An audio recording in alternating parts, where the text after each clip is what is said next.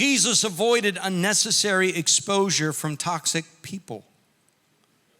And really the most toxic person that we have to watch out for is the person in the mirror. We can be the most toxic person in our life. Come on.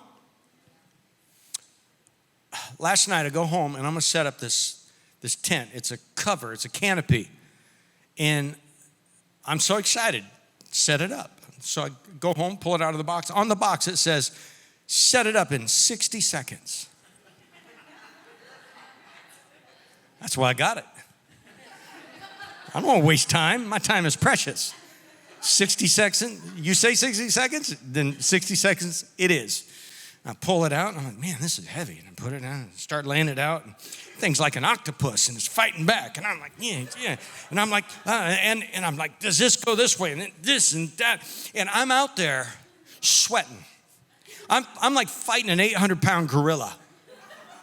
I am upset. I am hot. And I cannot figure this out. I am frustrated. And now the center tower is sitting there, and I'm like, and the center tower falls right on top of my head and hits me in the head. And literally, it's like this. It hit me in the head. I heard it hit me in the head.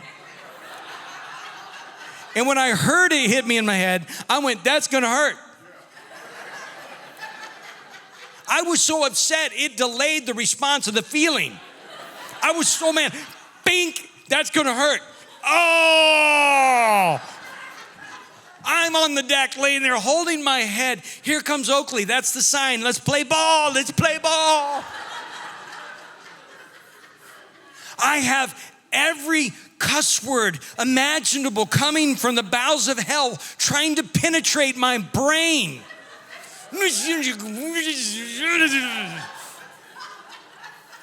I have Polish neighbors. They probably thought I was speaking their language.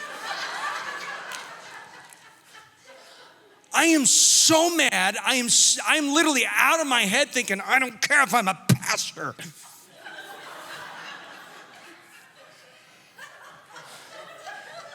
Over a tent. I know. Some of you aren't coming back next week now. And I'm exhausted. And finally, Daryl, my oldest, he walks out on the deck and goes, what you doing? Oh,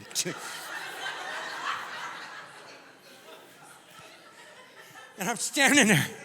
And I'm like, what am I doing? What does it look like I'm doing?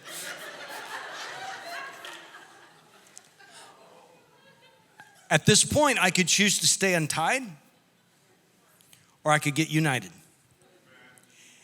And I had to submit and surrender to some of the most difficult words to say coming out of a man's mouth. Will you help me?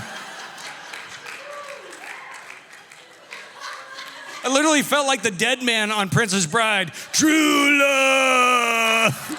literally, I'm like, that's how I felt. Like, will you help me?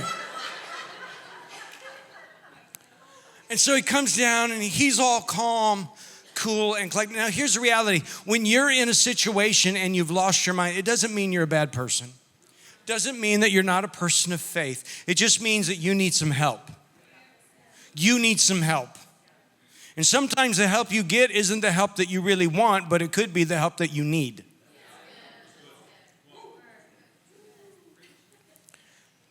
And he goes, yeah.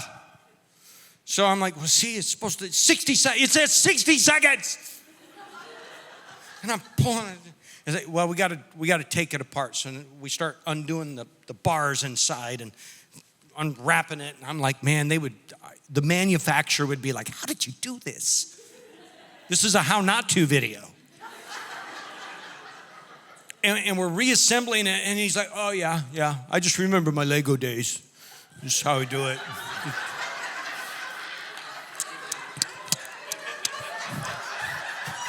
So standing in the corner, sucking my thumb. Oh, thank you, Daddy. So I was so mad. I'm like, I could do this by myself, but I couldn't. Two are better than one, the Bible says. And I realized that by myself, I was not able to do what I could with Daryl's help. And I'm like, this is so much easier. And then we finally got it set up. And it's like, okay, I'm leaving. I was like, no, you're not. We're going to disassemble this and then put it back up in 60 seconds.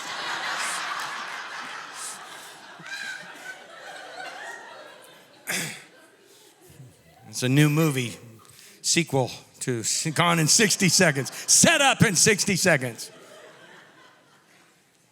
Move over, Nicolas Cage. Because sometimes when you think you're going to overcome your mountain will fall on you. You're not divine, but you have the divine one on the inside of you. And sometimes you need other people that have the divine one on the inside of them to help you get your feet back on the ground.